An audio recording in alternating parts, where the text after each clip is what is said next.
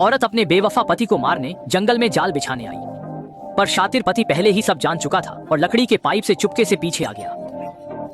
तभी जंगल में अचानक आवाज आई, जिससे अवेई डर के मारे जम गया। हालांकि श्याओ मेई ने मुड़कर देखा, पर कोण की वजह से पति को नहीं देख पाई और जाल बिछाती रही। अब अवेई ने बिना देर किए पाइप उठाया और श्याओ मेई को एक बार में बेहोश कर दिया। बेहोश पत्नी को देख अवेई आगे बढ़ा, यह जांचने कि वो जिंदा है या नहीं। पर अगले ही पल अजीब बात, जैसे ही वो बंधन खोलने लगा, पत्नी अचानक होश में आ गई और अवेई के कुछ बोलने से पहले ही उसने फौरन जमीन से। पर जैसे ही श्याओ मेई वार करने वाली थी, जंगल में फिर आवाज आई और इस बार उसे कुछ डरावना याद आया। तभी श्याओ मेई ने पति की ओर शैतानी मुस्कान दी और बिना कुछ कहे भाग गई। पति को हवा में लटका छोड़ दिया। पर जल्द ही अवेई को खतरा दिखा। सामने नरभक्षियों का झुंड तेजी से आ रहा था। अवेई डर से सहम गया, पर खतरे में उसने जोर से झूलकर बेल पकड़ी और बच निकला। पर श्याओ मेई इतनी किस्मत वाली नहीं थी। घबराहट में वो नरभक्षियों के इलाके में भाग गई और अब कोई रास्ता नहीं बचा था।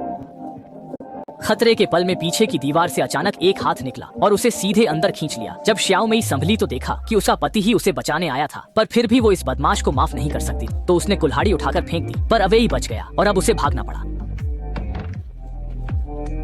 हालांकि गुफा बहुत छोटी थी, जल्द ही श्याओ मेई ने उसे ढूंढ लिया और फेंकी गई विशाल फूलदान से वह जमीन पर गिर गई। पति को वहां बेजान पड़ा देख श्याओ मेई ने सोचा वह मरने का नाटक कर रहा है और गुस्से में कुछ लात मारी, लेकिन उसने कोई प्रतिक्रिया। जब वह संदेह से जांचने लगी, तब एहसास हुआ कि पति की सांस रुक गई है। तभी श्याओ मेई घबरा गई।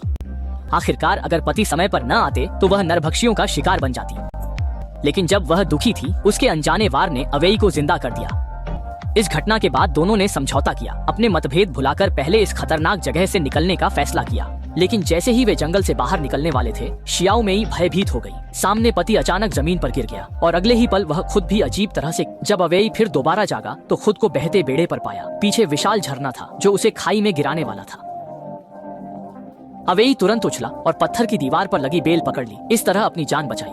हालांकि उन्हें खाया नहीं गया, लेकिन स्पष्ट था कि नरभक्षियों ने उन्हें देवताओं को बलि चढ़ा दिया। निश्चित ही पत्नी भी इससे बची नहीं, तो अवेई ने जल्दी से खुद को आदिवासी बनाकर बलि समारोह में घुस गया। जैसा उसने सोचा था, श्याओ मेई को नरभक्षी कपड़े पहनाकर खंभे पर लटका दिया गया था और बलि समारोह शुरू हो। स्थिति गंभीर देख अवेई चुपके से श्याओ मेई के पास आया, अपनी योजना बताई और फिर कार्रवाई शुरू की। जैसे ही मुखिया आगे बढ़ने लगा, अवेई ने तुरंत एक नरभक्षी पर हमला किया और उसके हाथ से भाला छीन लिया। फिर बिजली की गति से बाहर आए मुखिया बो गेंगजियान को मार गिराया।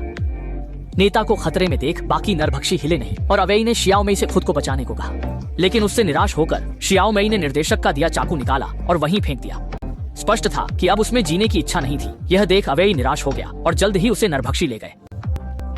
लेकिन जैसे ही मुखिया ने आग जलाकर बलि शुरू की, अनिच्छुक अवेई अचानक बंधन तोड़कर मुड़ा और एक मुक्के से मुखिया को जमीन पर पटक दिया। फिर तेजी से खंभे के पास आकर आग हटाई और फिर अपार शक्ति से खंभे सहित उसे बाहर खींच लिया। भयानक दृश्य ने नरभक्षियों को स्तब्ध कर दिया और अवेई ने मौका देख खंभा पकड़कर चट्टान की ओर भागा और बिना सोचे कूद गया।